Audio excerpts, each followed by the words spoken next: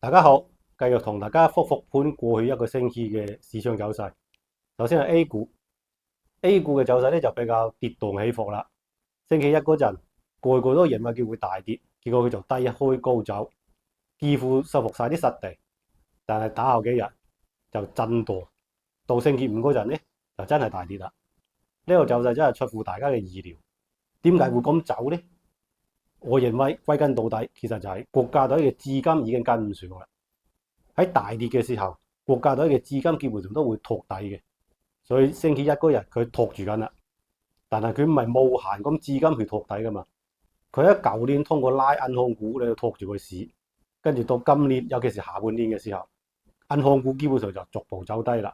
之所以咁走，就因為佢啲錢要撤翻出嚟。佢今年主體咧就係拉科技股嚟到托市，但係佢銀行股啲錢未完全撤出嚟。而科技股已經升到好犀利啦。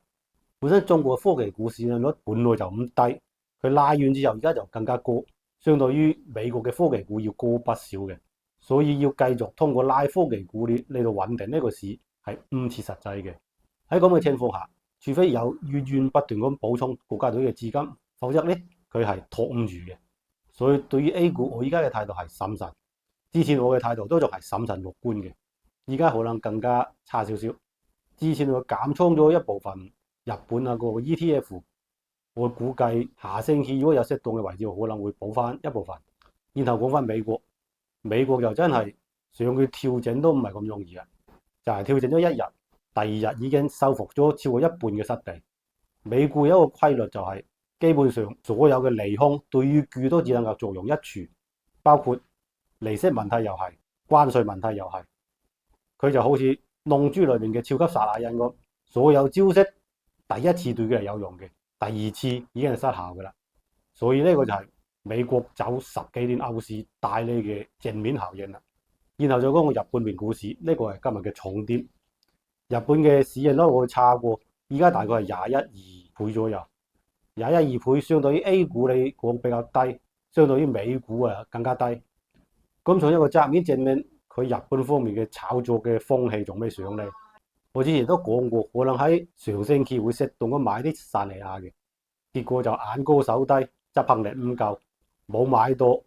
結果薩尼亞喺星期四嗰日就忽然間拉起身啦。我查咗好耐都查唔到佢點解會拉起身。喺國內查日本股票嘅相關信息真係太爛。我自己估計咧，好大機會佢都係因為業績有改善，所以拉起身嘅。因為佢舊年嘅業績其實係一般般，增收唔增利，收入方面好似升10%左右，利潤方面好似冇乜點升，所以佢一路都係走低嘅。無論喺啱啱過去一季或者係某個信息出嚟，佢嘅業績有轉好嘅跡象，於是市場就有反應啦。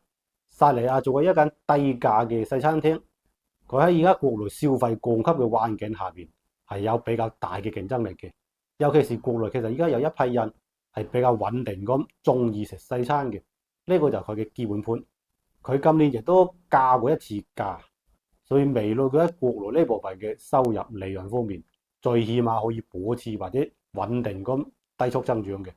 除咗薩尼亞，我今日又睇到一個日本喺香港上市嘅股票，叫做進常基礎。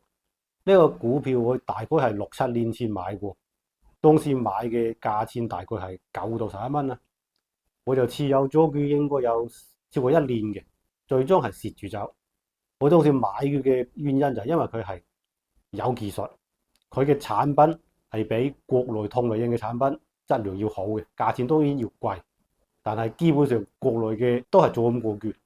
呢個就係好典型嘅日本機械設備啲情況啦，即係佢有技術，價錢相對高，而且呢類企業嘅市盈率基本上都唔會太高。我相信喺日本市場裏面應該仲有唔少呢類嘅股票嘅，所以我有時間亦都會認真咁去篩選下。我喺美股揸嘅白克希爾比較多嘅，之前係因為擔心美股隨時會回調，但係而家諗諗，其實擔心佢回調嘅人其實一啲都唔少。正因為擔心佢回調人多，所以佢反而唔會回調。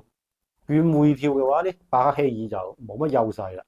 所以我可能喺適當嘅時候減持一啲白克希爾，將佢轉去日本嘅個股。